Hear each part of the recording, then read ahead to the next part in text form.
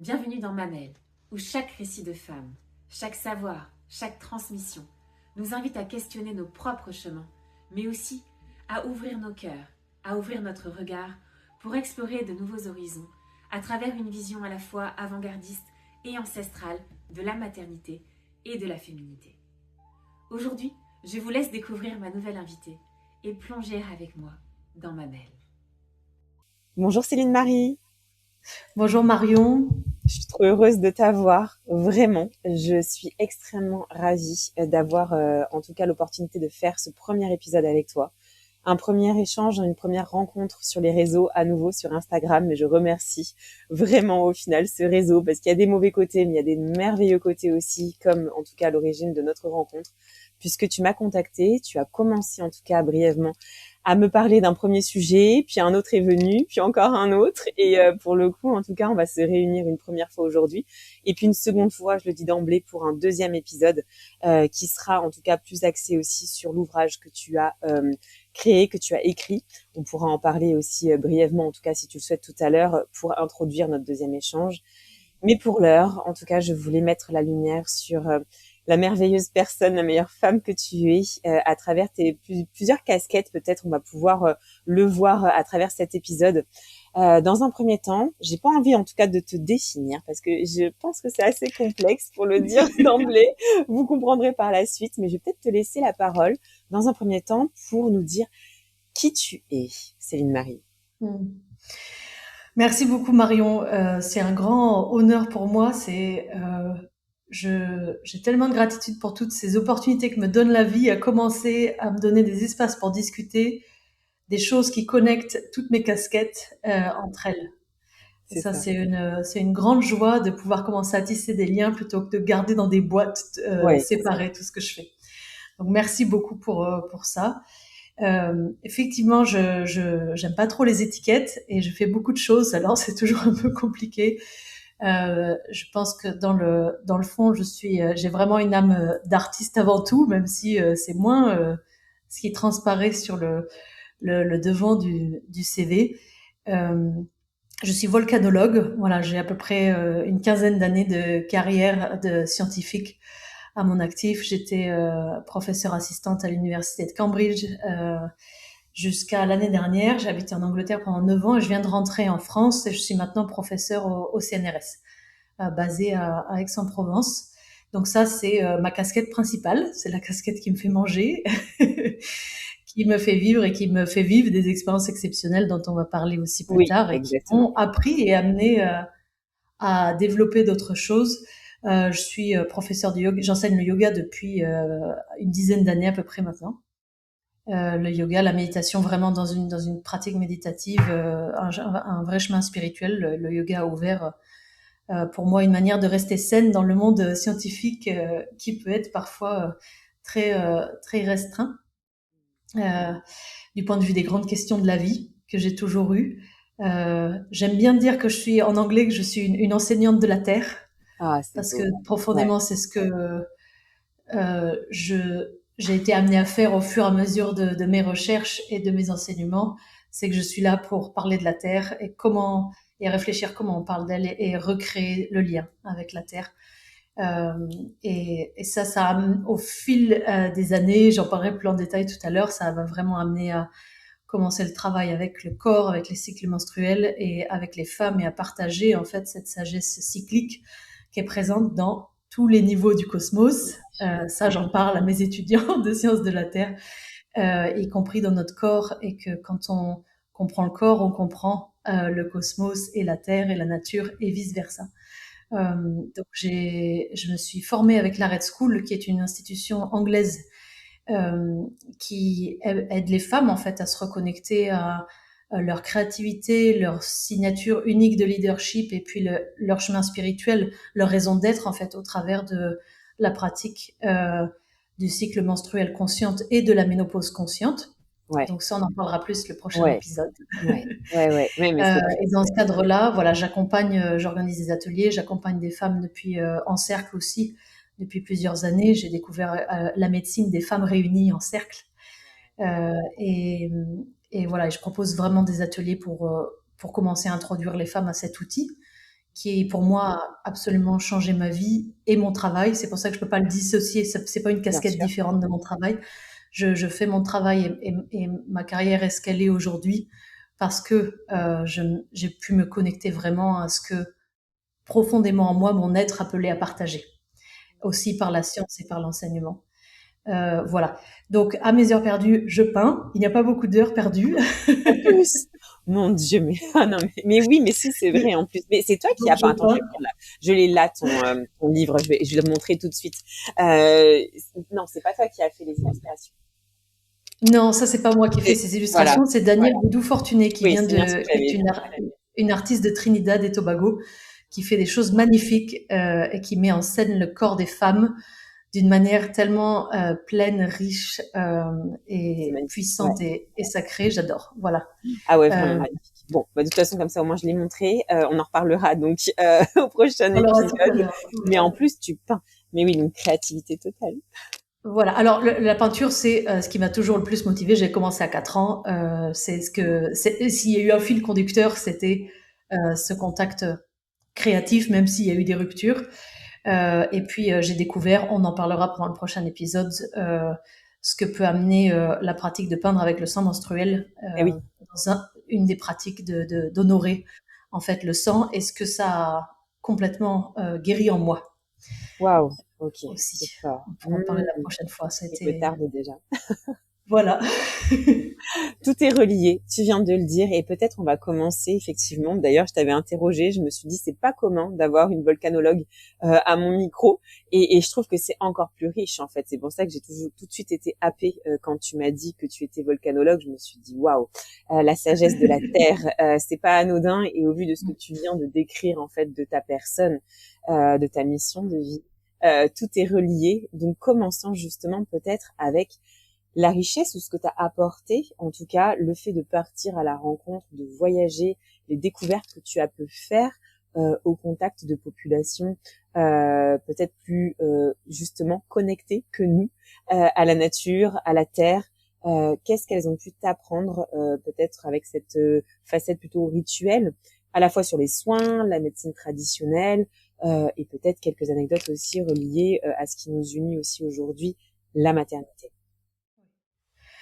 Euh, oui, parce que j'ai pas mentionné, mais je suis maman en devenir. Ah, j'ai pas osé le dire. Je me suis dit, Non, elle va peut-être à un moment donné non, non, l'annoncer. je suis exactement à Oui, la moitié c'est ça. de cette grossesse-là. Ouais, On pourra discuter aussi plus tard de est-ce qu'on est mère ou pas quand on n'a pas donné la vie, mais qu'on a été traversé ah par la mon Dieu. mort aussi. Ouais, ouais. Et, et voilà, je suis belle-mère de 2 fils de mon mari Ok. également. Donc il y a ça, c'est encore des choses plus récentes et plus nouvelles pour moi que je navigue aussi. Donc on en parlera Ouais, après. oui, on en parlera. Oui. Euh, alors, je crois, et peut-être que c'est là que introduire pourquoi les volcans, on me demande toujours pourquoi les volcans, comment ça t'a pris. Et en fait, on peut raconter une histoire sur quand j'avais 7 ans, j'ai découvert ces documentaires et c'était magnifique. Ça avait l'air loin de tout, ça avait l'air très dangereux et aventureux et ça me correspondait. Ça a correspondé à un appel d'âme. Et puis, je crois que c'est vers la fin de ma thèse de doctorat, il y a un peu plus de 10 ans maintenant, que je me suis rendu compte à quel point j'avais besoin de retrouver un lien à la terre-mère et que c'est pour ça que je regardais ces produits sous mon microscope tous les jours Ok. Ouais. et que la vraie recherche le vrai cœur de la recherche, c'était ce lien profond avec la terre. Je suis quelqu'un qui a grandi en ville, je suis pas du tout, je viens pas du tout de la campagne et qui a ce besoin de tisser un lien. Je suis pas non plus quelqu'un qui me sent très attaché à ma terre d'origine, ou en tout cas, ça n'était pas le cas avant. On pourra reparler de ça aussi après quand on parle des Ouais. grossesses. Ouais. Euh, et, et je crois qu'il y a eu vraiment cet appel en fait de la terre à moi et puis une réponse en fait à un besoin intérieur. Et puis voilà, je me suis retrouvée par la force des choses, par la grâce de la vie, à travailler en Indonésie pour ma thèse de doctorat. Et là, ça fait à peu près 8 ans que je travaille en Afrique de l'Est, en Éthiopie et au Kenya. Et j'ai, dans le contexte de mes missions de terrain qu'on fait pendant les travaux de recherche, travailler dans des endroits complètement reculés, avec ou auprès de tribus. Alors évidemment, j'ai pas travaillé avec eux, je suis pas anthropologue, mais quand on passe des semaines, et c'est arrivé dans le désert, notamment dans le nord-ouest pardon, du Kenya, dans le désert du Turkana, de passer voilà des semaines et des semaines avec des populations tribales qui vivent avec rien, enfin ce que nous on considérerait comme rien et qui sont pourtant Ah, très riches d'autres voilà. choses, Merci, on partage le même c'est-à-dire langage. Oui, c'est-à-dire pas d'eau, pas d'électricité, voilà. enfin, ou à l'accès à l'eau à 2 kilomètres. Voilà, le Oui, c'est premier ça. puits à 2 kilomètres. Très peu d'accès aux soins médicaux, même s'il y a des dispensaires. Et, euh, et en fait, au fil de mes aventures, qui sont des aventures qu'on ne peut pas payer pour avoir, voilà, c'est des expériences on ne peut Bien pas, sûr. on peut pas payer pour les avoir. Euh, j'ai, euh, j'ai pu observer en fait comment les gens vivent. Alors c'est vraiment intéressant parce que nous, on est souvent entourés d'hommes parce que ce sont des hommes qui viennent nous aider quand on va faire du terrain. Alors, on est toujours une équipe, je dis pas je parce qu'on est nombreux. C'est la mise en place de camps où parfois on est 25 personnes, dont une quinzaine, voire plus, d'hommes tribaux qui nous aident en fait à faire des excavations, puisqu'il y a beaucoup de projets sur lesquels je travaille qui sont en fait des projets archéologiques sur D'accord. lesquels moi j'étudie les cendres le volcaniques, Voilà. Ouais. sans trop rentrer dans les détails. Mais et donc on a besoin de main d'œuvre en fait, on a besoin de personnes pour nous aider à creuser. Et alors j'ai appris tellement de choses à travers toutes ces expériences que c'est J'imagine. difficile de les J'imagine. résumer. Mais c'est rigolo Bon, parce que tu vas voir après, en général, celles qui ressortent, tu vois, ouais, enfin, certes, tu vas en choisir quelques-unes, mais celles qui ressortent ouais, ont toujours du sens avec la ouais, ouais. tournure de l'épisode. Ouais. Exactement. Déjà, commencer par le cœur de ma recherche. Donc moi, je suis à ces endroits, pas forcément, ils sont pas forcément proches des volcans. J'étudie les très grosses éruptions qui ont produit des dépôts de cendres qui ont voyagé sur des centaines de kilomètres. Ok. Donc en fait, là où je travaille, c'est pas parfois c'est près des volcans, parfois non. Mais on trouve ces dépôts de cendres, ils sont omniprésents dans le paysage. La raison pour laquelle je les étudie, c'est qu'ils permettent de dater les fossiles et les outils anciens que mes collègues étudient, en fait. Ok. D'accord. Et alors, en cherchant des cendres dans le paysage, donc on est dans des paysages, c'est assez désertique, on est dans un 4x4, on soulève de la poussière toute la journée, on roule pour trouver des endroits qui seraient propices à peut-être creuser. Et je me suis très vite rendu compte dès la première mission que tous les hommes tribaux savent ce qu'est la cendre volcanique. Et ils savent les différencier des argiles. C'est pas la même chose scientifiquement, et quelqu'un qui n'y connaît rien, qui connaît pas les sédiments ou l'extérieur, pourrait pas dire. Mais eux, ils savent. Et donc j'ai commencé à creuser la question. Et la première chose dont je me suis rendu compte, c'est qu'en fait, ils connaissent tous les endroits où on peut trouver des cendres. Ça, c'est génial pour moi parce qu'ils nous ont Bah amenés oui. directement. Euh, Parce qu'ils utilisent ces cendres volcaniques à des fins médicinales. Donc, c'est dans un contexte, là, je vais parler surtout dans le sud de l'Éthiopie et le nord du Kenya, où il y a des dispensaires et ils ont accès aux soins essentiels euh, dans les dispensaires quand il y a quelqu'un. Mais ils continuent à côté toutes leurs pratiques rituelles traditionnelles et chamaniques. Et dans la plupart des groupes tribaux, parce que ce sont des grandes tribus qui sont ensuite réparties en groupes géographiques, il y a toujours un homme médecin, Ok. en général. Dans cette partie-là, ce sont des hommes médecins. Et donc, j'ai fini par poser des questions et on m'explique que les cendres volcaniques, elles sont utilisées pour recouvrir le corps. Et là, la première, c'est vraiment intéressant parce qu'il y a toujours cette espèce de biais. Je suis pas anthropologue. Ils ont peur, ils savent qu'on peut les prendre pour des fous s'ils nous expliquent vraiment ce qu'ils font avec. Parce qu'eux aussi, ils nous prennent pour des fous. Ça, Bah j'adore. oui. Ils trouvent qu'on est complètement fous de vivre comme on vit. J'adore. Et il m'explique qu'en fait, c'est pour chasser le mauvais sort. Quand il y a du mauvais sort, l'homme médecin va prescrire de se recouvrir le corps avec des cendres volcaniques, mais également donc quelqu'un qui est malade, quelqu'un à qui il est arrivé quelque chose de terrible, même si c'est émotionnel, quelqu'un qui est en grande difficulté en général. Voilà, on va lui prescrire de se recouvrir de cendres pendant 5 jours, ou enfin la durée qu'estime l'homme médecin.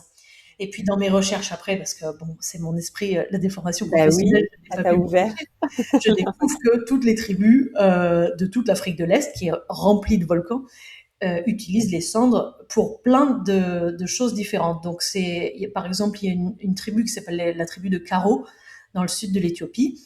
Eux, c'est vraiment un marquage du corps de l'ordre du tatouage. Bon, c'est du tatouage qui part à l'eau, qui marque vraiment qui sont les guerriers, qui sont les femmes mariées. Il y a une vraie distinction de groupe au sein de la tribu, avec les maquillages qui se font avec les cendres, qui mélangent parfois avec des ocres, avec d'autres choses, avec des cendres de charbon aussi.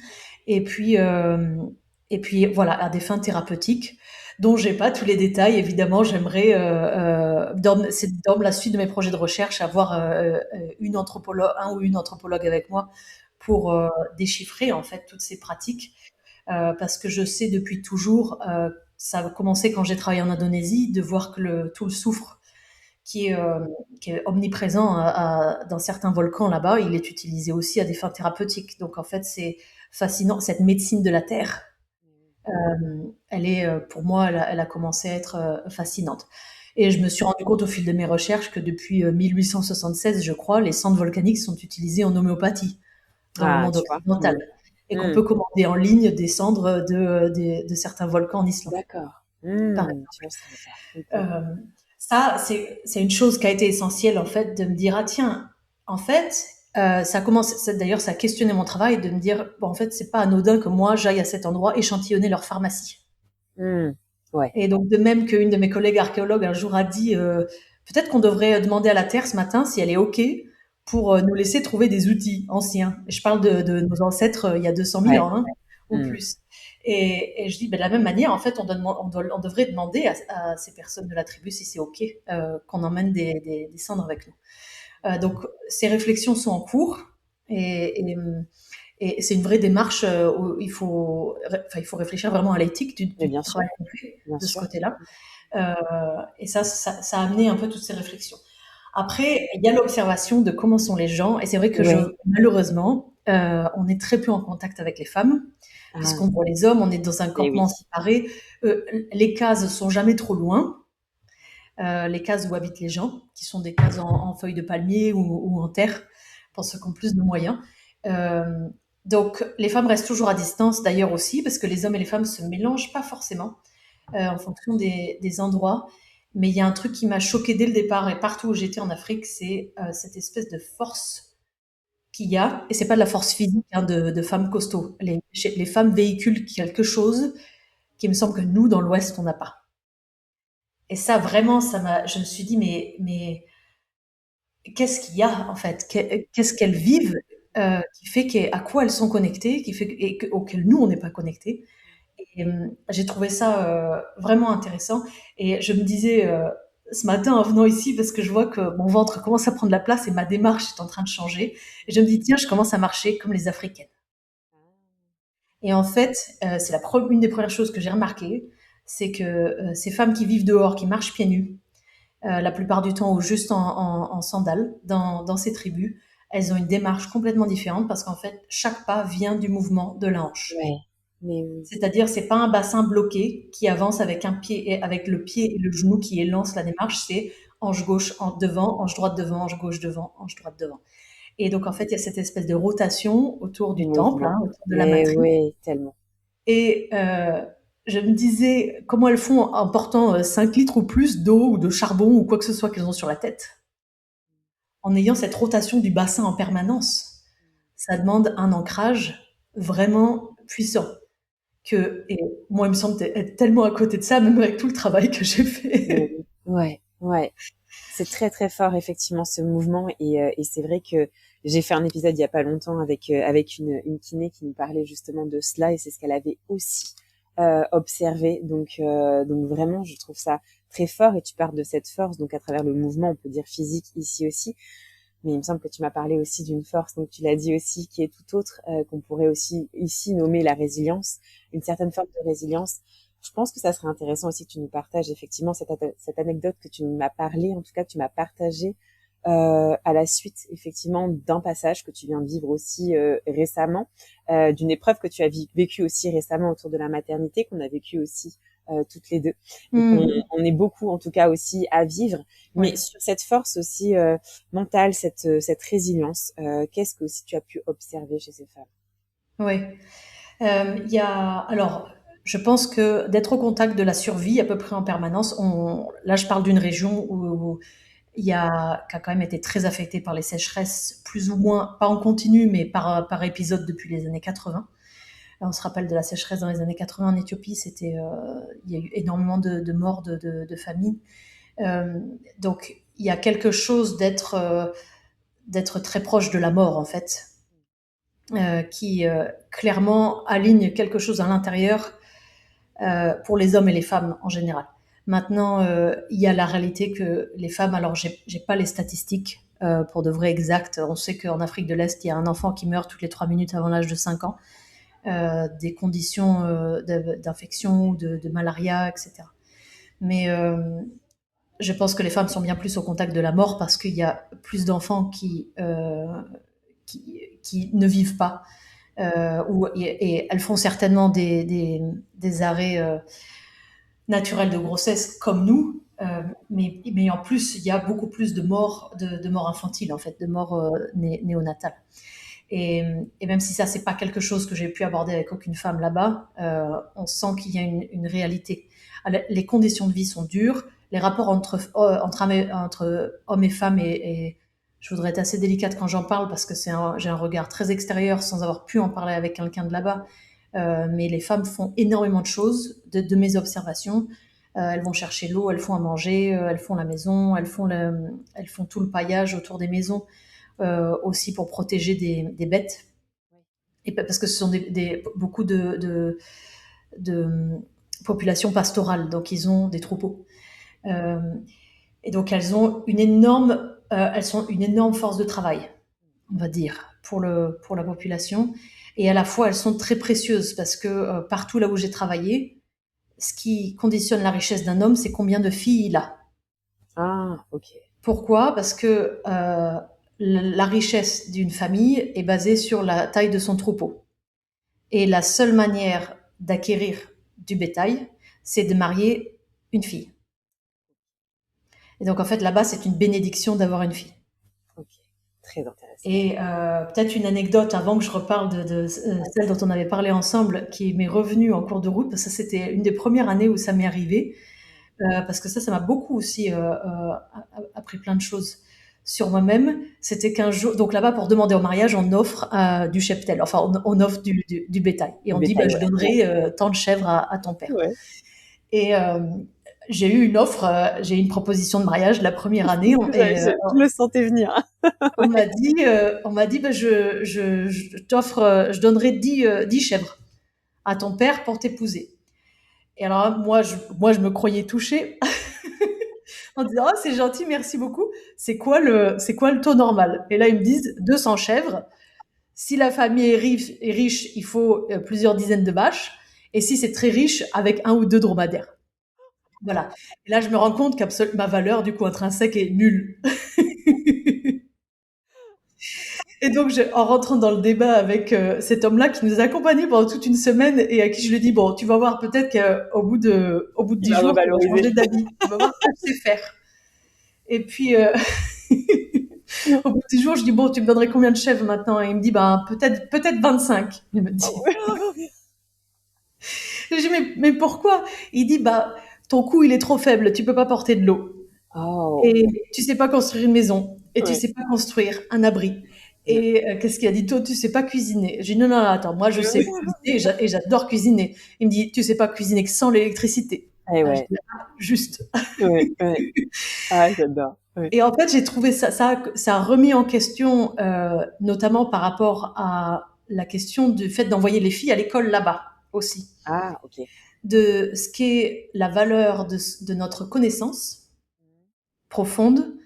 Et là, en l'occurrence, mon cas, c'est des connaissances intellectuelles Ouais, ouais, qui n'ont c'est très absolument fort. aucune valeur là-bas, qui servent à rien. Et surtout qui servent à rien dans le désert. Donc, moi, j'ai travaillé dans des endroits où ça arrive qu'à midi, comme on est près du sol, il fasse 50 degrés au soleil. Hein. Il n'y a pas d'ombre. Et là, ça aussi, c'est des leçons de vie. Hein, que la vie, c'est l'eau. La vie, c'est le lien, parce qu'il faut pas rester tout seul. Le temps a pas d'importance. Vraiment, il y a toutes ces choses qui, tous ces schémas qui s'effondrent en fait autour de Déconstruction totale, ouais. des constructions mentales et du coup toutes ces connaissances qui servent à rien parce que moi toutes mes connaissances scientifiques à 11h30 quand ça commence à dépasser 45 degrés de température elles servent absolument à rien. Ouais, ouais. Donc voilà, donc, ça fait partie des choses que j'ai découvertes. Et puis j'ai eu donc je disais qu'on voit pas, il y a très peu de contact avec les femmes, sauf quand elles viennent à notre camp parce que quelqu'un est malade et qu'elles ont besoin de médicaments. Et ça arrive qu'elles viennent avec leur enfant ou qu'elles viennent pour elles. Et c'est dans ces cas-là que j'ai pu avoir des contacts avec des femmes. Et c'est toujours avec un voire deux niveaux de traduction, parce que les femmes vont parler le dialecte de la tribu, qui a besoin d'être traduit peut-être dans une des langues officielles du pays, donc c'est en Amhara si c'est en Éthiopie, en Swahili au Kenya, puis ensuite quelqu'un qui traduit en anglais. Qui retraduit. Et donc, et ça, la traduction, c'est toujours fait par un homme. Et là, on sent bien qu'il y a un rapport de force entre ce qui est dit, ce qui m'est transmis de ce que la femme a partagé au départ, et avec cette idée que la femme doit absolument rester forte. D'accord. Aussi. Et donc ça complique vraiment le rapport. Mais il y a eu ces moments où je me suis retrouvée. Alors il y a des choses toutes simples, quelqu'un qui a de la fièvre, parce que nous en fait on a des médicaments, on n'est pas médecin, Oui. mais on a des médicaments. Moi je suis, je me trimballe toujours avec ma trousse d'homéopathie, et je me suis dit ces gens-là ne prennent presque jamais en fait de médicaments. Donc, et je prends pas de risque à leur donner des médicaments, donc on essaie l'homéopathie. Et c'est incroyable parce que ça marche super vite, ça, ou les huiles essentielles. Et en fait, ça va, pour la plupart des choses, ça va beaucoup mieux parce que c'est des petites choses. Et puis, on se retrouve à réparer les bobos. Tous les hommes qui creusent, qui s'ouvent les pieds, etc. Ah oui, bah oui. Et ça, c'est vrai que je suis devenue très vite dans mon équipe l'infirmière du camp. Et il y a un jour cette femme qui est arrivée, qui est, je vais dire, d'un certain âge, parce que c'est pas facile de savoir quand elles ont un certain âge, parce qu'elles ne vieillissent pas du tout comme nous. Le vieillissement se mesure beaucoup moins sur la peau. C'est-à-dire que quand quelqu'un dans ces tribus a des cheveux blancs, ils ont plus de 50 ans déjà probablement. En fait, et ça c'est, enfin ça c'est une estimation que moi j'ai fait à partir des hommes. Donc c'est pas facile. Il y a cette femme, donc je dirais d'un certain âge, qui était enceinte et qui est venue. Et elle est venue parce qu'en fait elle avait mal aux jambes, parce qu'elle était en fin de grossesse et son ventre était tout petit et c'était trop mignon. Et donc les hommes ont commencé à traduire pour moi ce qu'elle avait, etc. Et je lui dis mais comment t'as fait pour les autres enfants? Dire, tu sais mieux que moi, là j'ai rien à t'apprendre. T'en as porté plainte, t'en as certainement perdu. Faut savoir que les femmes elles commencent à avoir des enfants autour de 16 ans là-bas. Donc pour arriver à son âge, je me suis dit elle a dû en avoir. D'ailleurs elle m'avait dit c'était des vivants parce qu'ils disent combien d'enfants vivants ils ont. Voilà, c'était 5 ou 6 d'enfants vivants. Et puis j'ai dit mais qu'est-ce que tu peux faire en fait? Comment là moi je peux pas t'apporter de remède, puis t'as beaucoup plus de connaissances que moi, et en plus elles accouchent dans leur case entourées de femmes sages, des femmes, j'aime bien dire sages plutôt qu'anciennes, Oui, ouais. autour d'elles, avec les hommes qui chantent aussi quand ils sont là, autour de la case, sans être à l'intérieur mais autour, et les femmes qui chantent. Donc il y a tout j'avais rien à lui apprendre à cette femme, et je me suis dit vraiment mon savoir ici ne sert à rien. Pour faire du lien, mon savoir ne sert à rien. Et puis il y a 2 ans, donc c'était après ma première interruption naturelle de grossesse, je suis partie sur le terrain. C'était vraiment une expérience très difficile, même si c'était une interruption, c'était très tôt dans la grossesse, je crois que ça faisait 3 semaines, mais comme c'était la première fois, c'était très vivant en moi. Et puis ça a été un peu un choc. On en parlera peut-être un peu plus tout à l'heure. Mais je suis arrivée dans le désert un peu affaiblie, on va dire, par tout ça. Et puis il y a cet homme qui travaillait pour nous, qui vient nous voir un jour en disant ma femme est malade, elle a beaucoup de diarrhée, est-ce que vous pouvez me donner quelque chose? Et j'ai dit j'ai besoin de la voir. Est-ce qu'elle a de la fièvre? Et il me dit elle peut pas marcher en fait tellement elle est mal. Je dis bon, je donne quelque chose. Je dis qu'elle essaye ça, mais je veux la voir au plus vite. Et 24 heures après, elle vient. Et c'est une femme qui n'a pas grandi dans cette tribu-là et qui a été à l'école, donc elle parlait anglais. C'est la première fois que j'ai pu parler avec une femme qui n'était pas donc de cette tribu-là, mais d'une autre tribu au Kenya. Et elle est venue tous les matins ensuite. pour chercher, parce que je voulais pas du tout donner des choses qu'ensuite, après, elle gardait chez elle pour question de dosage et tout ça. Alors moi, j'ai l'avantage d'avoir une sœur qui est médecin, qui est spécialiste de maladies infectieuses et qui a travaillé dans des conditions compliquées dans les dom-toms. Donc, qui à la fois me guidait au téléphone aussi pour, pour des choses plus compliquées. Et avec cette femme, il y a eu un vrai lien qui, elle, je sais pas, elle devait avoir un peu plus d'une vingtaine d'années. Vraiment pas beaucoup plus. Donc, j'ai 38 ans maintenant. Elle avait déjà 3 enfants et elle est venue me voir en disant merci, tu m'as sauvé la vie. Et on est venu, voilà, on a parlé tous les jours et il y a une vraie guérison qui s'est faite en moi quand elle a fini par me dire est-ce que toi tu es maman et que je me suis effondrée en pleurs parce qu'en fait est-ce qu'on est maman quand on n'a pas donné la vie mais qu'on a porté et ça c'est il y avait eu tout ça qui était encore tellement frais euh, et elle m'a dit mais t'inquiète pas ça arrive comme ça. Et puis il y avait cette espèce de force de sagesse en disant je sais qu'il y a un enfant qui vient pour toi. Ouais.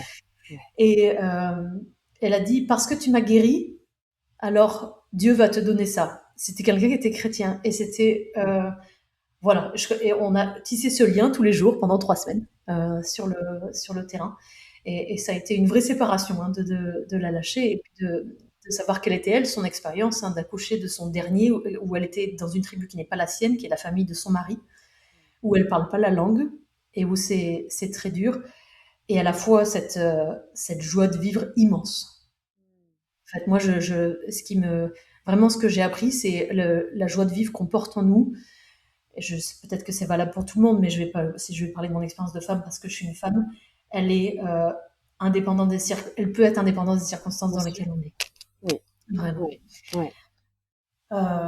Voilà. Alors tout ça, ça fait partie des expériences que j'ai eues. Dans mes recherches, j'ai appris plein de choses aussi, des liens entre la fertilité et les volcans. Notamment en Tanzanie, donc juste au sud de là où je travaille, juste un peu plus au sud. Il y a un groupe qui n'est pas un groupe de Maasai, mais ils font partie du territoire Maasai, qui ont un rituel autour de l'Odonyo-Lengai. L'Odonyo-Lengai, c'est la montagne sacrée des Maasai, et c'est la montagne sacrée de tous les gens qui habitent autour. C'est un volcan qui est vraiment particulier, unique au monde. Il fait des choses, du point de vue volcanologique, qu'on ne voit nulle part ailleurs, qui est assez mystique, qui est toujours sur ma liste. Je n'ai pas eu le temps d'aller le voir encore. Ouais. Mais j'ai appris en préparant mes cours sur voilà, la perception traditionnelle et indigène des volcans et de la Terre, qu'il y a tout un rituel pour les femmes qui n'arrivent pas à avoir d'enfants ou qui les perdent, de faire un rituel sur la montagne, en fait, pour aller demander, parce que le volcan représente la fertilité, et quand on regarde symboliquement ce qu'est le volcan, c'est l'endroit où la Terre, elle se donne naissance. La surface de la Terre, elle existe parce que les volcans la créent. Donc, ces champs magmatiques sont les matrices de la Terre, et ces cratères sont les vulves de la Terre. Et là, aujourd'hui, je peux en parler comme ça. Donc, ça me fait plaisir. Et donc, est-ce qu'il y a un terrain plus sacré que ça?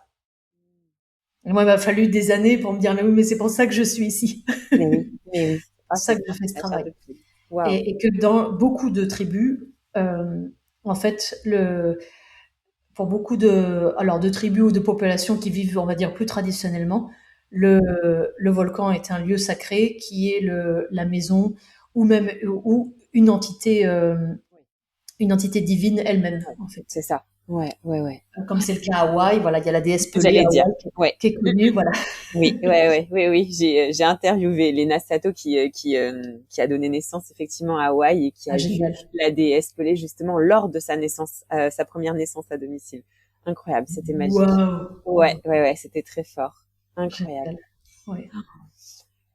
Voilà, tout ce qu'un peu je peux te dire. Quelle richesse déjà, et j'imagine combien tu en as en fait encore en réserve, mais je pense que déjà l'un t'as donné le ton. Je trouve ça très fort, et puis c'est vrai que j'arrive même plus à faire le pont avec ta vie en Angleterre, au Royaume-Uni. Tu l'as dit, t'as exercé là-bas en tant que professeur pendant plusieurs années. Alors pour le coup, c'est un pont immense. Enfin, je sais même pas s'il y a encore un lien, mais effectivement, tu parles justement de cette richesse et de ces profondeurs de la terre au contact d'hommes et de femmes qui sont au plus près.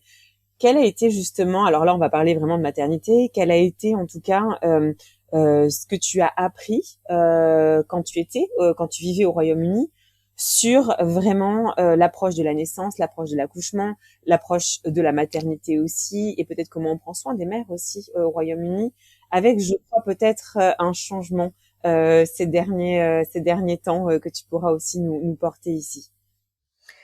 Euh, oui, alors le pont, peut-être que pour faire le pont, on peut parler du désir de maternité et comment il est arrivé pour moi. Euh, et après, je peux parler voilà, avec ce désir et tout ce qui a grimpé, tout ce que j'ai découvert, tout ce qui s'est déployé en moi, tout ce que j'ai découvert en termes de pratique. Parce que peut-être, Céline Marie, peut-être tu as fait part de ton premier arrêt de grossesse là, Oui. à ce moment-là. Tu Oui. en as eu d'autres, jusqu'à aujourd'hui en tout cas. Et effectivement, voilà, c'était pour le lien, pour dire que tu n'en as pas connu, Oui. Que tu en as connu plusieurs, effectivement, ce qui t'amène aussi aujourd'hui avec cette auteure. Oui. Je crois que profondément, alors si on veut faire le lien avec le désir de maternité, qui est quelque chose qui est vraiment nouveau pour moi, on va dire que ça a émergé seulement ces dernières années. Je fais pas partie de ces femmes qui voulaient être mères, faire une famille, etc. Je n'ai jamais vécu ça comme une réalité, ni même. Je me rappelle que petite à l'école, quand on faisait les jeux de rôle, là, qui est quoi, et moi j'étais l'aventurière, mais j'étais certainement pas mère. C'était pas quelque chose euh, que je voyais comme quelque chose à faire. Et non pas que c'est pas que la question s'est pas posée, c'est plutôt de sentir que moi, il y a un profondément appel en moi à servir à la vie. Voilà, ce qui me fait vivre aujourd'hui et me respirer, c'est comment je sers la vie. C'est comme ça que je pose la question le matin. Et en fait, ça m'est tombé dessus, peut-être on va dire il y a 4 ans maintenant, que ça va être au travers de la maternité. Mais ça m'est tombé dessus parce que l'âme de l'enfant qui arrive est entrée en contact avec moi. Ah, Et ça a été tellement puissant et le schéma était tellement ancré de dire bon ben on verra. Non, c'est pas le plan. Et puis j'adore le proverbe soufi qui dit l'homme fait des plans et Dieu rit. Oui. Ah, c'est ça. C'est vrai. C'est tellement vrai. Oui. Et je crois qu'en fait, ça a ce désir qui est, moi, je le vis vraiment comme quelque chose d'impersonnel. C'est quelque chose qui s'est développé au travers de moi, à travers la reconnexion avec la terre, avec la mère cosmique, avec ce féminin sacré, à travers le corps, la conscience du cycle, à travers ce que c'est l'être femme. C'est ça. Et ça, l'être femme, je l'ai appris aussi parce que notre manière d'être sur le terrain auprès de peuples où les rôles sont quand même très séparés entre les femmes et les hommes, m'ont fait aussi beaucoup questionner ce que je fais là, avec sur ma valeur, pas parce qu'il fallait remplir des cases et que moi, chaque année qu'on va sur le terrain, on retourne sur le terrain et on retourne auprès des mêmes hommes, la première question qu'on me demande, c'est bon, est-ce que tu as eu un enfant cette année, Céline? Tu sais, et maintenant, combien d'enfants tu as? Et c'est pas que ça me mettait une pression, mais c'était de voir que pour l'accomplissement d'une femme, il est de passer par cet acte sacré. Et ce qui est vraiment touchant, c'est de sentir aussi que tout le processus de maternité, il est tellement sacré parce que l'enfant est donné la vie, c'est vraiment sacré. Et c'est la plus grande chose là-bas, auprès des populations auxquelles j'ai travaillé, je vais pas faire de généralité, c'est la plus grande chose qu'on puisse faire parce que c'est ça qui va donner la richesse à la famille aussi. C'est fort. Voilà. C'est un point de vue. J'ai des collègues kenyanes qui sont dans le système, on va dire, le système urbain, de la vie économique plus développée, etc., qui n'ont pas du tout ce point de vue-là, par exemple. Ok. Mais c'est vrai que moi, tout ça s'est fait en même temps en moi, avec la question de, bon, je deviens consciente de mon cycle, mais quand je suis sur le terrain, et surtout quasiment majoritairement avec des hommes, comment on fait? Parce que là, en fait, j'ai mes règles. Là, pendant 2 jours, je voudrais ne pas travailler. Le prochain épisode, on parlera du repos pendant les règles. C'est vrai. Ou même mon manque de disponibilité cérébrale ou intellectuelle. Mais oui, bien sûr. Ouais. Et puis mon incapacité à être avec des hommes à certains moments de mon cycle aussi, par exemple. Enfin, incapacité, ce qui demande beaucoup plus d'adaptation qu'à d'autres moments. Oui, c'est ça. Oui. Et Et donc en fait, tout ça m'a fait me repositionner par rapport à c'est quoi mon corps et comment mon corps m'enseigne quelque chose. Et petit à petit, cette question de la maternité est devenue a vraiment pris une place beaucoup plus grande. Euh, et je voudrais parler peut-être de cette première. Il faut vraiment que j'enlève le mot fausse couche de ma tête. Je Ah déteste oui, ce mot. C'est arrêt nul. naturel. Moi aussi, je le déteste. Je Il n'y le avait rien de faux. C'est C'était ça, c'est un arrêt naturel pour moi. Voilà, en plus, ça redonne aussi son sens à la nature. un arrêt naturel, ouais, ouais. Et qui était une grossesse pas désirée, pas calculée. On Spontané était en en plus. pleine D'accord. séparation avec mon conjoint à l'époque. Ok. Mm. Et je crois que c'est vraiment important pour cette histoire de cycle et ce que le corps fait, c'est-à-dire qu'on était en pleine séparation et j'ai ovulé 5 jours trop tôt. Ce qui ne m'est jamais arrivé de toute ma vie. Je sais quand j'ovule à l'heure près. Le prochain épisode, j'en parlerai comment. Incroyable. Ouais. Mais c'est-à-dire que c'est comme si, bon bah si c'est la dernière chance, c'est maintenant. Et donc voilà, c'est une grossesse qui s'est interrompue après 3 semaines où j'ai senti des changements très forts en moi parce que je suis très alerte. Ouais, oui. Au jour près, je peux dire quel jour du cycle je suis parce que je suis ça aussi et que je sentais que c'était complètement différent. Je m'étais dit, je peux pas être enceinte, sinon ça serait un miracle. Et effectivement, quand je me suis rendu compte que j'étais enceinte et que quand j'ai commencé à le perdre et j'étais dans l'avion pour partir en mission en Islande, à ce moment-là, ça a été difficile de par les circonstances. On se séparait avec Bien mon sûr. conjoint à l'époque, donc Ouais. c'était vraiment compliqué. Mais cette fausse couche, elle est venue pour moi demander de confirmer si c'était vraiment mon choix ou pas. En fait, c'est-à-dire qu'il y avait cette possibilité de maternité à laquelle j'étais, bah, si ça se passe, ouais, et puis si ça serait cool, et si ça se passe pas, c'est pas grave, ça n'a jamais été une grande attente de ma vie. Et je ne l'ai pas réalisé comme ça jusqu'à temps que mon maître de kung-fu à l'époque, qui pratique aussi la médecine chinoise, voilà, donc qui faisait de l'acupuncture, m'a dit, en fait, cet enfant est devenu te demander si tu veux vraiment ça ou pas. Et il dit donc vois, je me suis couchée ce soir-là, après qu'il m'ait dit ça, avec l'intention en posant la question d'avoir un éclairage, parce que c'était vraiment pas clair en fait. Et le dernier rêve que j'ai fait juste avant de me réveiller, dans cet espace, vraiment juste avant de sortir du sommeil, j'avais un bébé dans les bras. Et c'était le mien. Et je me suis réveillée en pleurs en disant, bon bah oui, en fait, je veux dire oui à ça. Et donc après, voilà, c'est pas qu'il fallait acter ce oui, c'est que bon, maintenant j'ai dit oui, alors qu'est-ce que ça change pour ma vie, etc. Et ça a commencé à faire bouger les choses, notamment la nécessité pour moi de revenir sur la terre d'où je viens. Et ça, je ne m'y suis jamais attendue. Ça fait 20 ans que je suis partie du sud de la France. Ouais. Et je suis revenue là au mois de décembre dernier, donc ça fait 6 mois. Et il y a eu tout d'un coup ce rappel de revenir à cette terre sur laquelle je suis née. Et je crois profondément en moi qu'il y a un lien avec le fait que l'écosystème dans lequel on grandit est notre écosystème médecine. Ah, c'est aussi. fort. Je suis émue. Ouais, c'est fort. Très fort. Et ça, c'est type dans l'Ayurveda, ils disent ça. Hein. Alors, j'ai des connaissances d'Ayurveda, mais pour moi, je comprenais pas pourquoi tout d'un coup j'avais besoin de l'odeur des pins et des chênes et de la grosse chaleur. Je sais pourquoi j'en avais besoin. Ça n'arrive pas en Angleterre. Oui, c'est vrai. C'est fort. Et puis cette roche calcaire qui est pleine de grottes, qui est pleine de ces trous de la terre-mère, hein, dans lesquels j'organise des rituels maintenant pour accompagner les femmes. Il y a un peu tout ça qui est venu. Alors je passe vraiment très rapidement sur tout le fil conducteur. Mais cette première perte, elle m'a permis d'acter un oui.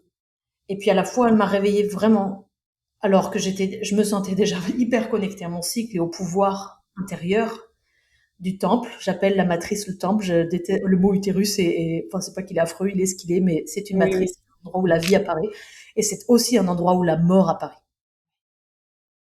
Et en fait, moi, ça m'a vraiment permis de saisir viscéralement que le miracle de la vie, c'est le passage. C'est pas la vie ou la mort, c'est le passage. Et que ce qu'il y a de l'autre côté de la mort, c'est la naissance, c'est pas la vie. Et que la mort fait partie de la vie. Et Et ça fait une espèce de mise à jour, je pense, énergétique de mon système, vraiment autour de mon enseignement aussi, de ce que c'est vraiment le cycle et à J'imagine. quel point la mort est nécessaire. J'imagine. Voilà. Alors, toi, tu as eu des expériences aussi. Écoute, Céline Marie, tu vois, je Je vais sais faire pas une comment ça résonne pour toi. aparté. Je vais faire une aparté, mais là, j'ai l'impression d'être face à un miroir parce que ce que tu décris, c'est exactement ce que j'ai vécu pour ma première. C'est pour ça que je suis émue en fait. Et c'est exactement aussi ce que c'est venu à moi. Alors vraiment, j'étais toute seule par contre, moi, tu vois, face à tout ça. T'as rencontré ce professeur ce maître de kung-fu et tout, mais c'est vraiment les questions en fait que mon premier bébé est venu me poser. Et s'en est suivi aussi tous les autres qui m'ont apporté à chaque fois un message supplémentaire sur la raison pour laquelle c'était peut-être pas le moment, les travails que je devais encore faire sur moi, sur Oui, m'aligner, oui, sur cette reconnexion au corps, sur tout ça. Et je trouve que c'est extrêmement fort et c'est vraiment très étrange en fait ce qui se passe parce que je te promets, c'est ce que tu décris là, ce rapport à la terre d'origine. C'est exactement en fait j'ai l'impression de marcher en fait un peu dans tes pas, dans tes traces. C'est exactement ce que j'ai ressenti, donc c'est fort. Si tu l'as ressenti, si je l'ai ressenti, c'est que forcément d'autres l'ont ressenti aussi, et je pense que c'est encore plus important, et ça donne encore plus de sens sur la raison pour laquelle on est en train d'échanger aujourd'hui. oui, oui. Bah, merci beaucoup de partager ça. Et je crois que euh, je sais que les mots que je dis aujourd'hui sont pas forcément évidents pour quelqu'un qui traverse un moment difficile. Et même juste ça, parce que de toute façon, les choses font sens dans le temps de la vie. Euh, mais il y a tellement de guérisons disponibles au travers de toutes ces expériences. Et la guérison à tous les niveaux, de nous-mêmes, de la lignée, de tous les corps Bien sûr. qu'on a, le corps physique, énergétique, mental. Il y a tellement de choses qui peuvent se passer là. C'est important ce que tu dis là, Céline Marie, peut-être reprendre effectivement sur cette question du temps. Bien évidemment que cette réflexion, je l'ai pas eue le jour J, en tout cas pour ma part. Ah non. Bien évidemment, en fait, que cette prise de hauteur, il m'a fallu des mois et même des années pour certaines, pour en prendre conscience et avoir cette vision que j'ai aujourd'hui. Mais c'est beau de pouvoir transmettre en fait aussi cette vision qu'on a aujourd'hui et la façon dont chaque bébé est venu nous nourrir le temps d'un instant et comment aussi ça a eu impacté notre vision de la mort. Exactement. Ouais. Et je crois que la question du deuil, qui est quelque chose pour lequel on est très très mauvais dans le monde occidental, elle est essentielle pour la guérison. Et je trouve que le deuil, sont les passages les plus compliqués qu'on a à faire, parce que les énergies du deuil sont tellement multiples, il y a tellement de choses qui se jouent, et puis c'est comme faire des tours de manège encore et encore de déni, de colère, de remieux, de remal, et je crois vraiment quand on se laisse prendre dans le manège, on peut vraiment arriver au niveau d'après. Exactement. Non, On mais peut vraiment arriver à plus proche de nous-mêmes, en fait, de ce qu'a été l'invitation de cette perte-là. Et moi, je crois que j'ai dû refaire un deuil quasiment à la fin des 9 mois de cette grossesse qui n'a pas été, malgré moi, parce que bien, bien prétentieusement et très enthousiaste, je m'étais dit non, mais c'est bon. Et puis j'ai pris tellement une telle claque à enfin 8 mois plus tard, c'était de me rendre compte et tout mon corps qui s'est recouvert d'eczéma, une c'est crise ça. entière, vraiment de dire qu'est-ce que tu fais? Est-ce que tu es encore en train de pas Mm. servir ce à quoi je suis venue t'appeler? Ouais, c'est fort, c'est très fort. Mais ça donne aussi des bribes de réflexion, en tout cas pour celles qui viennent de traverser récemment, en tout cas, ce passage en 2 mots. Ça aussi, ça peut être aussi inaudible pour l'instant, mais c'est vrai, voilà, laissons-nous le temps, laissons le temps à chacune aussi d'y aller ou de ne pas y aller. En tout cas, on est toutes différentes, mais là, on est vraiment sur 2 témoignages, en tout cas, le tien et le mien, qui résonnent à l'unisson. Donc c'est effectivement, en tout cas, ce vers quoi on peut tendre quand on traverse ce type d'épreuve dans la vie.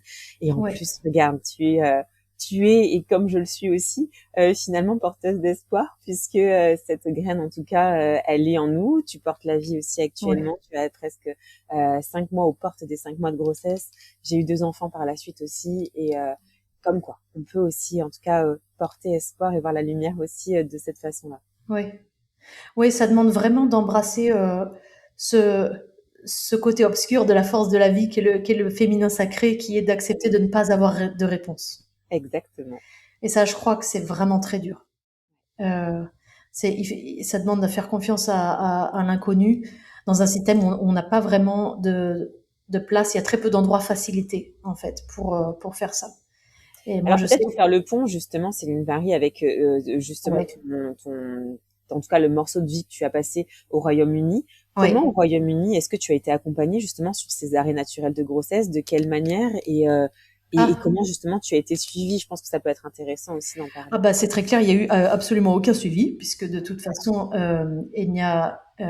Enfin, moi, j'avais seulement fait un test.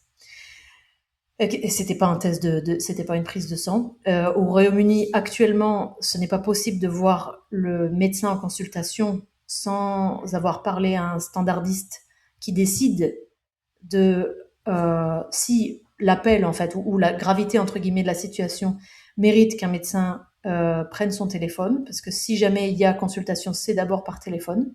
Ok. Et si besoin, c'est en personne, ça c'est le médecin qui décide. Euh, donc il y a absolument, ça c'est le système public. Donc il n'y a pas du tout d'accompagnement. Je sais que je n'aurais pas du tout été accompagnée d'aucune manière que ce soit. La plupart des médicaments sont disponibles dans les grandes surfaces, c'est même pas en pharmacie. Donc dans les supermarchés, on peut acheter la plupart des médicaments qui requièrent encore une ordonnance, par exemple en France, pour Ok. éviter en fait de surbooker le système. Donc c'est très difficile de parler à un médecin de toute façon. Donc je n'ai même pas cherché à faire ça en sachant que il y a profondément quelque chose en moi qui faisait confiance. C'est ça. Je crois que par ailleurs, après, au niveau de la question de la grossesse et de la fertilité, euh, même si, et je l'ai entendu encore dans un des récents podcasts que tu as fait, on idéalise beaucoup le monde anglo-saxon. Je vais un Ouais. peu Ouais. démystifier le système du Royaume-Uni, en tout cas.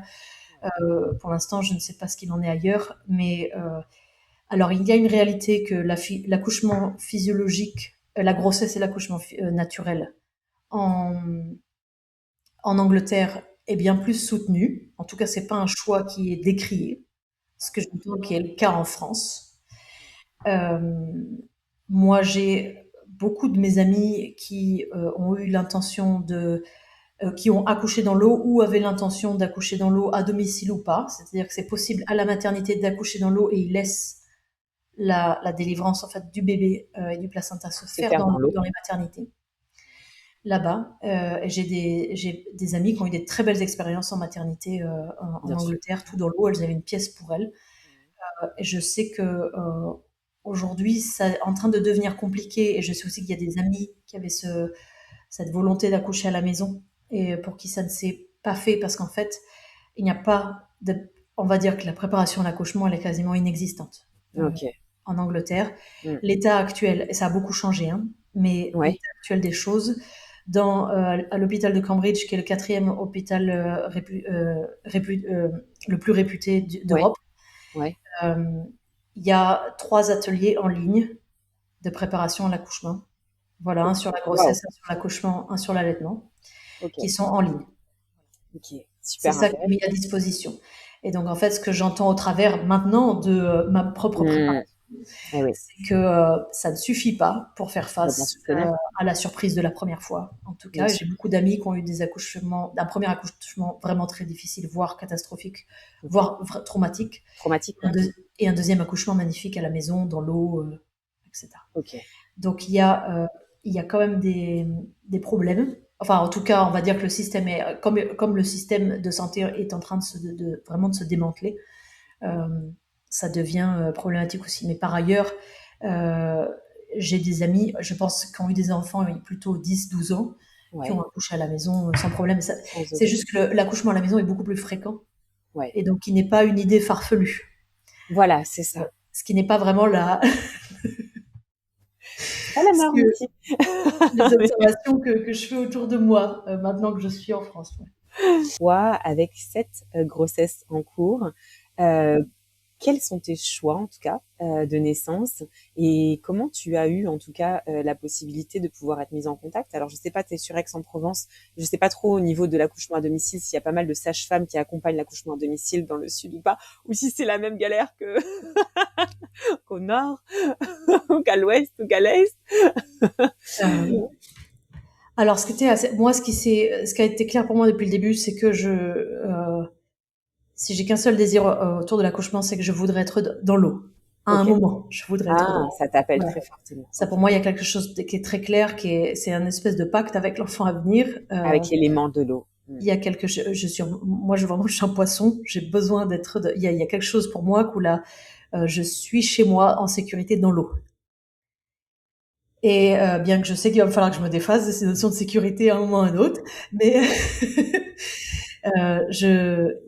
en tout cas, s'il y a un seul désir, c'est d'être dans l'eau. Si je dois en mettre d'autres, moi j'adorerais avoir les femmes de ma vie autour de moi, comme ça, en se soutenant les unes les autres, à chanter, etc. Voilà, il va falloir faire une variation de tout ça. Mais ça, ça c'est au travers de mes expériences que j'idéalise un peu une expérience comme ça. Euh, alors, mon rapport au corps médical, qui n'est pas grandiose, ne serait-ce que parce que peut-être que ça vaut la peine de le raconter quand même. Et je crois que il faut faire attention, comme le dit la sage-femme qui me suit et qui me prépare, au fait que il faut pas diaboliser toutes les maternités. Elle travaille avec des sages-femmes et en super cohésion, à des Bien sages-femmes sûr. qui sont dans les hôpitaux, qui sont et dans les maternités dans une super cohésion. Mais moi, je suis revenue en France après 9 ans et je suis allée voir un gynécologue pour la première fois depuis 10 ans, puisque ce n'est pas possible de voir un gynécologue en Angleterre. Donc en Angleterre, le seul suivi qu'il y a, c'est le frottis tous les 4 ans, qui se fait entre deux rideaux dans un box avec moi, dans les deux cas où je l'ai fait, une infirmière qui m'a demandé où est-ce que j'allais faire mes courses pendant que elle m'auscultait, ce qui a été absolument traumatique.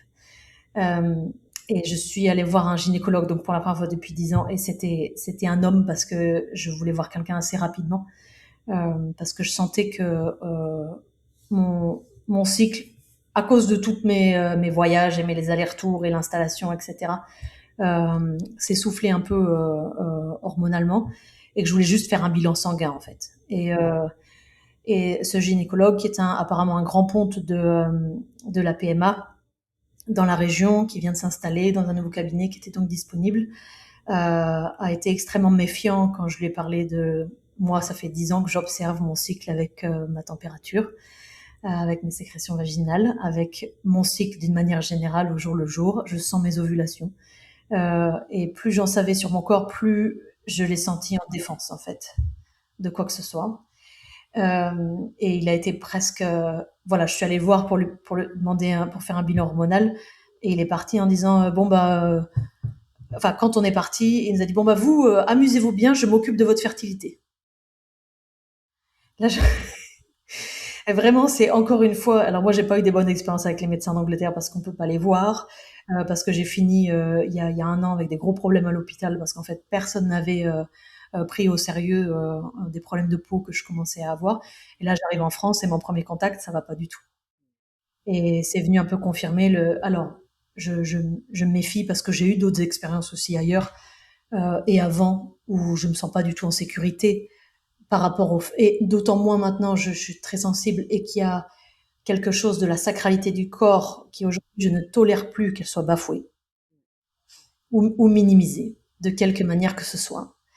Et, euh, et je crois que c'est venu petit à petit en honorant mes règles, en fait, de voir que ce que notre corps produit est magique. Et donc, tout de suite, cette volonté de dire je m'écarte, je veux pas un accouchement médicalisé. Voilà. Avec aussi la volonté de vivre, mais bon, moi je suis un peu une dure à cuire en disant non, non, moi je veux faire l'initiation complète, donc je veux vraiment faire ça toute seule. Et tout ça. Je vais peut-être complètement regretter dans 6 mois, on refera un épisode peut-être après. Non. Et, je peux le dire qu'à partir du moment où j'étais à mon 2e mois en train d'être mal comme jamais j'ai été mal dans ma vie, jamais, jamais j'ai été mal comme ça, en train de me dire mais qu'est-ce que je suis en train de faire? Je suis complètement folle. Ça va pas Mais du tout c'est une marcher. phase, mais c'est du premier, ça. Maintenant, t'es dans une autre phase avec le 5e mois, c'est moi. Ouais, exactement. Alors que là, je suis là, oh, j'ai trop d'énergie, c'est génial, je vais pouvoir faire 10 000 trucs. Euh, et qu'en plus, c'est différent pour tout le monde et c'est Mais unique oui. pour tout le monde et ça vient toutes nous initier là où on a encore du travail à faire. Mais ça s'est confirmé un peu tout de suite pour moi, ce choix-là.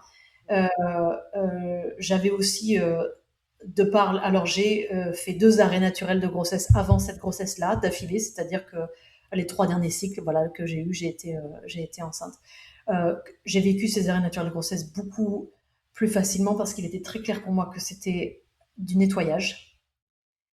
Pas du nettoyage parce que ma matrice est sale. Je crois qu'il faut faire attention à comment on utilise les mots et c'est pas une question de pureté. C'est une question de faire de l'espace dans le champ. Faire de l'espace dans le champ énergétique, dans les corps énergétiques.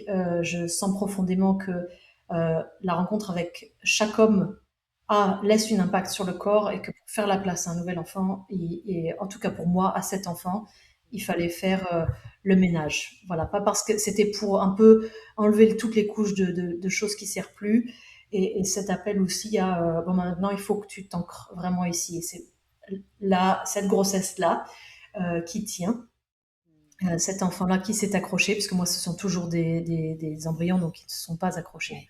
Je crois qu'on n'appelle même pas ça embryon au début même, mais qui ne sont pas accrochés parce que moi, je n'étais pas encore installée.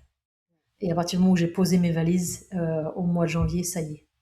C'était très clair de dire, OK, maintenant, là, je suis disponible pour toi.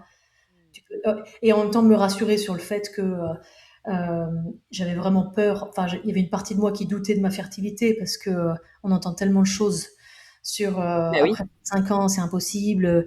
Et moi, alors en Angleterre, le parcours, c'est qu'après 6 mois d'essai, on part en parcours PMA. C'est ça. Voilà. Sans parler de la nutrition, sans parler de l'état de stress, sans parler de l'état psychologique de la mère, sans parler de c'est quoi votre niveau de stress global. Si vous tournez au cortisol, en fait, il n'y a pas la place pour la vie. Et ça, pour moi, ça s'est clarifié, pas parce que je tournais au cortisol, mais parce qu'en fait, j'étais tout le temps en mouvement. C'est ça. Et parce que je voyage beaucoup de par la nature de mon travail. J'habitais à l'étranger, je faisais beaucoup d'allers-retours aussi. Et donc, il a fallu dire, OK, maintenant, je reste là. Et j'arrête justement, c'était une des questions que je voulais te poser. Comment tu envisageais justement la suite? Parce que si tu es encore amené, en tout cas la suite dans un court terme, hein, j'imagine que peut-être dans un plus long terme, mais justement ce mouvement, ce déplacement après avoir eu ce souhait d'ancrage sur ta terre d'origine. C'est très difficile à dire parce que je suis bien consciente j'ai aucune idée de comment ça va être de l'autre côté avec un enfant. Et vraiment, j'ai aujourd'hui besoin de respecter cet inconnu. C'est sage. C'est très sage. Mais j'entends des sons de cloche complètement différents. J'entends des femmes qui veulent retourner travailler après 2 mois. J'ai un collègue qui m'a dit non, mais toi, tu es une femme moderne, tu vas retourner sur le terrain l'année prochaine. Moi, si je pars sur le terrain, je dois partir pendant 1 mois. Aujourd'hui, ça me semble inconcevable. Est-ce que l'année prochaine, je supplierai quelqu'un de m'emmener un mois quelque part? Je crois que, encore une fois, la vie m'a appris que les plans, mais on y revient. On peut les faire et c'est mignon. On y revient. Et après, il y a la réalité de ce à quoi on est vraiment amené. Donc, profondément, moi, j'ai envie, en fait, et je sais parce que mon mari a 2 enfants qui sont grands, ils ont 16 et 18 ans. Ils m'ont dit, il y a que 2 ans où c'est comme ça. Après, un jour, tu te réveilles et ils font du 47 et ils mettent tes affaires et ils veulent plus te voir. Merci. T'as dit il y a que 2 ans. Que 2 ans. C'est ça. Et il dit ce temps, tu le récupères jamais. Et ça, c'est l'avantage d'être avec d'avoir voilà, il va y avoir un père qui est déjà père, en fait, qui va me permettre aussi de savourer c'est vrai. Ce qui est difficile. Enfin, d'être plus facilement avec ce qui est difficile en sachant que ça passe très vite. Et moi, je l'ai vu, je suis très, très proche de mes neveux et nièces. Tout ce temps où j'habitais à l'étranger, rien qu'en 6 mois, l'écart de développement est tellement grand. Je me dis, je suis en train de tout rater. Ça fait partie aussi de mon appel à revenir plus près. Plus près des miens. Donc, voilà, je ne sais pas ce qui sera possible dans le futur et je veux pas me projeter vraiment dans aucun choix que ce soit parce que peut-être que je vais être surprise. Mais c'est vrai qu'aujourd'hui, même retourner travailler après, parce qu'en France, je viens de découvrir, on a 10 semaines après la naissance, c'est impossible, je ne comprends pas. Donc en Angleterre, alors pour le coup, ça c'est un autre problème. En Angleterre, le congé maternité commence le lendemain de l'accouchement. Ouais, c'est ça. Il y a 36 semaines. 39 semaines, pardon. 39 semaines payées à temps plein.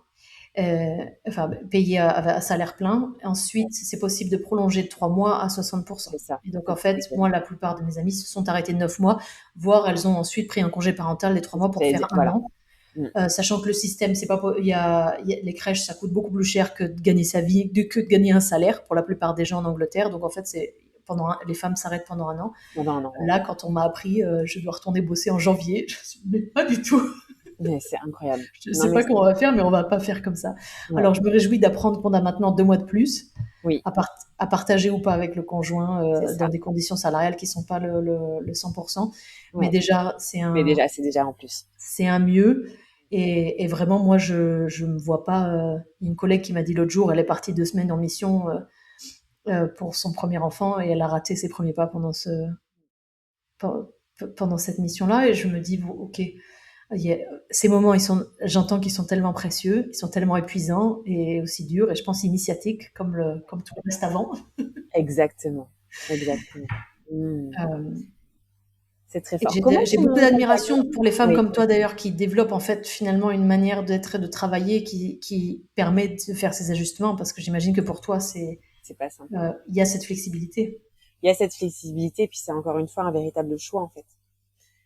C'est vraiment en tout un cheminement aussi, tu vois, et se laisser le temps. Parce que maintenant, tu vois, depuis la naissance de mon premier, maintenant ça va faire 7 ans, avec la naissance de mon second aussi, eh bien ce n'est que là, depuis ce début d'année, que je reprends ma casquette de juriste. Ah oui. Et en fait, c'est pas une volonté de ma part ou peut-être une autre circonstance, c'est le temps en fait, et parce que je suis sensible aussi à beaucoup de messages. L'univers me dit c'est le moment, est-ce que tu es ok? Alors c'est ok, on y va quoi. Tu vois, je me suis laissé ce temps-là aussi, et c'est aussi un choix. Il faut aussi dire non à sa carrière. Effectivement, je suis juriste, je ramène un certain salaire aussi. Eh bien, j'ai dit non et j'ai priorisé ma maternité parce que je le voulais et que pour moi, effectivement, comme toi, c'est venu à moi, c'est venu me chercher et c'était impensable autrement de le faire autrement. On est toutes différentes et là aussi, tu vois, se connaître, écouter son corps, écouter tout ça, je pense que ça aussi c'est un enseignement que les bébés qui sont passés le temps d'un instant m'ont appris, tu vois. Ils m'ont éveillé, ils m'ont révélé totalement autre chose parce que j'étais à l'écoute en fait de ce qu'ils avaient à me dire. Ouais, c'est beau ce que tu dis, surtout d'être à l'écoute de la priorité en fait qui se présente dans l'instant. Et contrairement à ce que beaucoup de gens pensent de moi, je me considère pas du tout comme quelqu'un de carriériste. En fait, j'ai eu plein d'opportunités et les choses se sont faites comme elles se sont faites. Et j'ai la carrière que j'ai. Et aujourd'hui, si tout s'arrête, c'est aussi ok. Mais comme beaucoup de choses, et je crois que toutes mes expériences, ça me ramenait à la question de la réalité du temps et de ce qui est demandé à nous dans l'instant. Ça vaut la peine de mettre le reste entre parenthèses en fait en attendant. Et c'est vrai que je peux dire aujourd'hui, j'ai l'avantage que ma carrière, elle est là. En fait, elle va pas être mise en danger si j'arrête. Mais exactement. Moi, aujourd'hui, je peux dire ça. C'est pas tout le monde qui. J'ai ce confort-là. Ouais. Certes, mais après, on parle vraiment là de notre situation et de voilà, c'est un témoignage qu'on délivre ici effectivement, et de la même façon que tu viens de le dire. La carrière, je pense qu'on peut la mettre entre parenthèses le temps d'un moment. À mon sens, je pense que la maternité, ce n'est pas le cas. En tout cas, notre naissance de maman, la parenthèse ne revient pas. Contrairement à notre carrière professionnelle, c'est une vision, c'est une façon de voir les choses. En tout cas, c'est un témoignage que l'on porte ici. Il y en a bien d'autres. Et c'est ça qui fait la richesse aussi de la maternité. Mais peut-être qu'il y avait une question, en tout cas une des dernières questions aussi, c'est une Marie que je vais te poser. Tu parlais de ton mari. Comment lui aborde justement ce choix-là de naissance à domicile? Alors, il est curieux, il est content. Ouais. Au début, quand je lui ai dit que je voudrais un peu toutes les femmes qui comptent dans ma vie autour de moi, il m'a dit c'est pas le Cap d'Agde, on n'est pas obligé de faire ça. C'est complètement nouveau pour lui, parce que ses deux enfants sont nés, voilà, ils sont nés à la maternité. En plus, c'était des césariennes. Donc, ma préparation l'amène dans un monde qu'il ne connaît pas et auquel il est très ouvert maintenant. Il dit lui-même qu'il n'aurait peut-être pas été ouvert à ça il y a 16 ans, ni même 18 ans. Et, euh, et, et ça fait bouger beaucoup de choses en lui aussi. J'imagine. De toute façon, c'est très clair pour nous que l'âme de notre enfant nous travaille. Non, c'est vrai. Elle, Ah oui, elle travaille le c'est le terrain début. tous les deux. Ah Alors oui, moi, elle me ouais. travaille grave. Ah oui.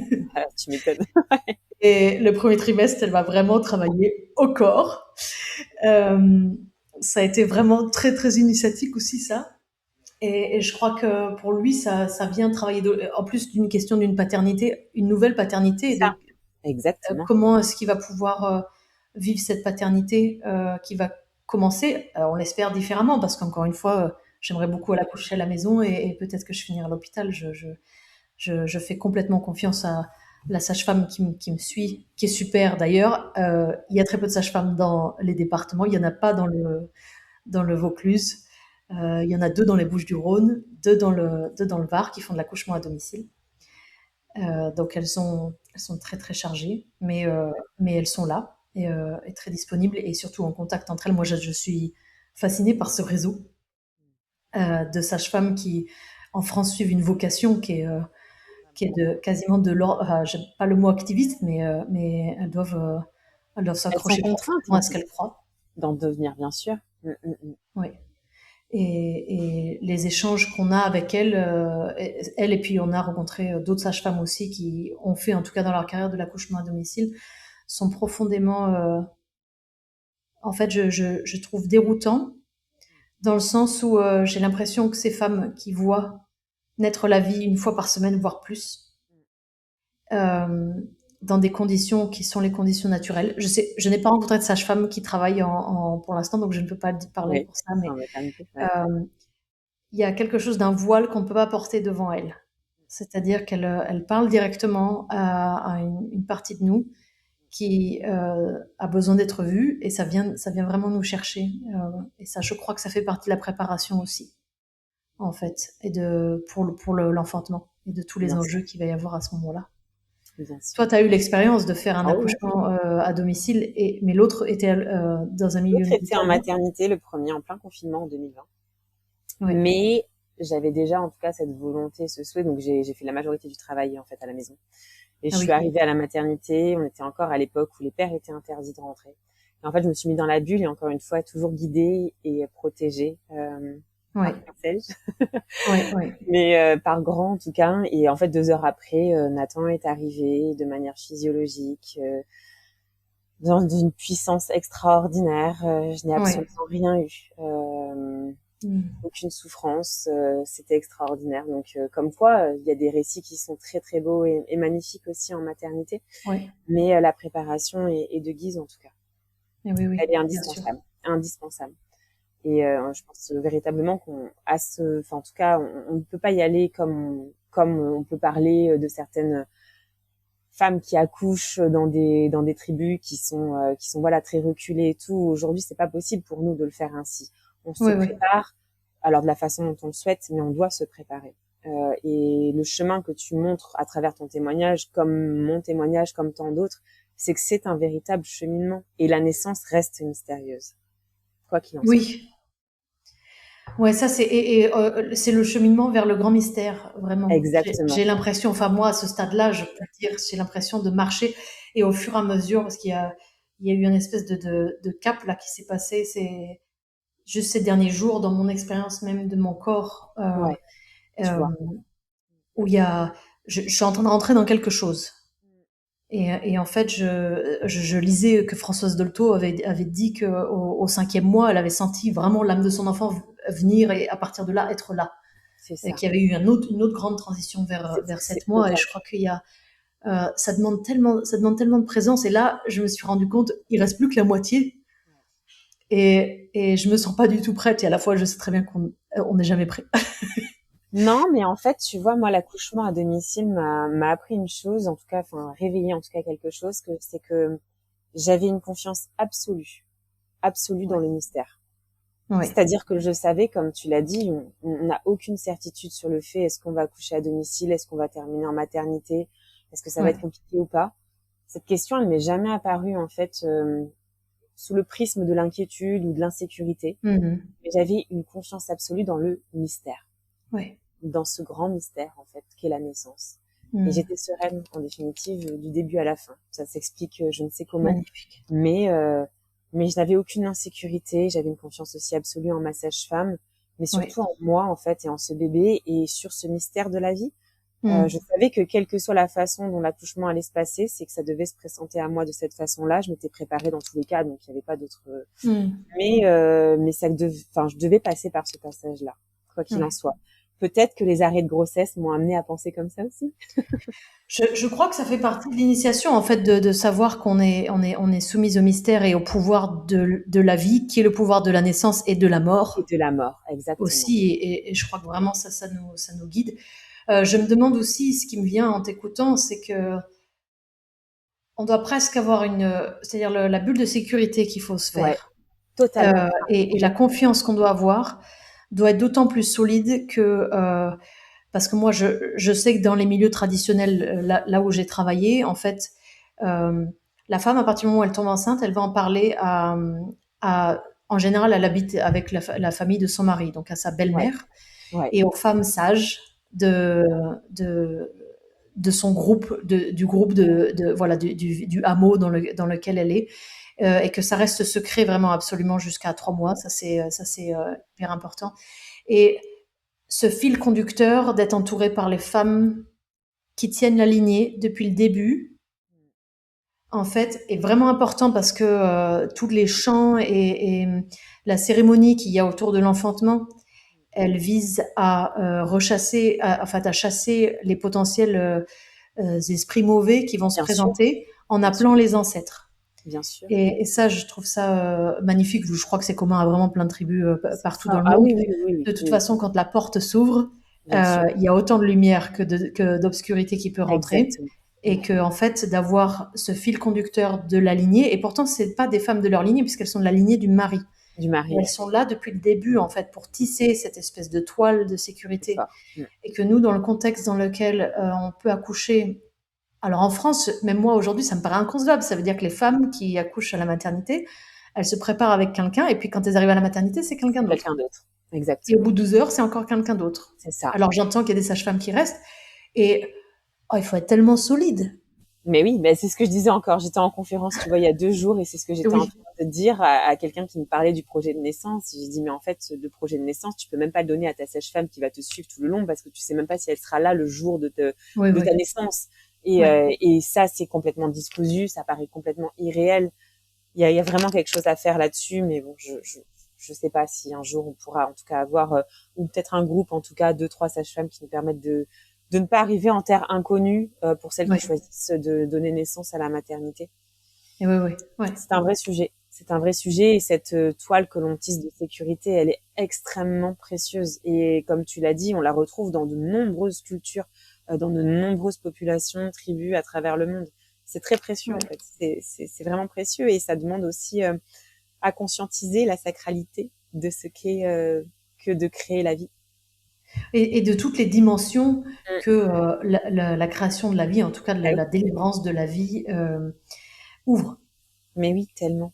Donc, ouais, Écoute, ouais. Céline Marie, mon Dieu, on pourrait en parler pendant des heures. De toute Oui, façon, j'ai nous, notre l'impression, rencontre, je viens de voir que ça fait plus elle d'une ne heure. s'arrête absolument pas là. On se retrouve dans un autre épisode. Et alors, nous, Ouais. on se retrouve, je pense, en off à maintes reprises parce que il y a beaucoup trop de synchronicité. C'est très fort ce qui se passe, en tout cas aussi pour moi dans l'invisible. Mais en tout cas, nous, on se revoit dans un autre épisode, un prochain Oui. épisode, un deuxième, où on parlera, tu l'as évoqué, de cette cyclicité en conscience, du sang de la vie, tu l'as évoqué. Je l'ai encore là depuis tout à l'heure, il nous soutient, il est là, ton ouvrage aussi. J'en ai parlé en plus parce que lui aussi, il m'a traversé il y a pas si longtemps, il a vibré très fort en moi. Le secret du temple, il m'a fait revenir justement mon sang de vie à moi, c'est très fort, vraiment, pour dire l'importance et l'impact que ça a. Merci. On en reparlera. Je Oui. dirais aussi ce voyage qui m'a traversé à la lecture de tes mots et j'imagine en tout cas que celles qui nous écoutent déjà dans cet épisode peuvent déjà imaginer et supposer la nature de l'échange que l'on va avoir aussi dans ce deuxième épisode. Merci infiniment de m'avoir contactée. Merci infiniment pour ce premier échange, vraiment. Et continue, ne cesse jamais de nous transmettre aussi toutes ces sagesses qui sont en toi, qui vibrent en toi, et d'autant plus puisqu'il y a ce petit être qui est niché au cœur de ta matrice. Donc merci Céline, mais vraiment. Merci beaucoup à toi Marion, c'était vraiment super d'avoir ce moment étendu d'échange, de pouvoir déposer ces choses-là. C'est toujours c'est un vrai plaisir de pouvoir parler de toutes ces choses en fait qui se tissent en moi d'endroits tellement différents. Donc merci beaucoup, merci d'avoir partagé ton expérience, tes expériences aussi, et de tout ce que tu me mets dans le podcast qui vraiment pour moi depuis que je suis tombée enceinte, ton podcast guide mes trajets en voiture pour aller travailler, et ça vient apporter beaucoup de réconfort là où je manque un peu d'informations maintenant que je suis rentrée en France en fait. Et oui, merci infiniment en tout cas, et puis ce n'est pas un au revoir, mais un à bientôt. Mais oui. À bientôt Céline Marie. Prends soin de toi. À bientôt. Merci toi aussi. Merci pour votre précieuse écoute et pour votre présence ici. Si vous avez aimé cet épisode, n'hésitez pas à vous abonner à ma chaîne ou à votre plateforme d'écoute préférée, ou encore à liker ou à commenter l'épisode. Merci et à bientôt pour un nouvel épisode sur Mamelle.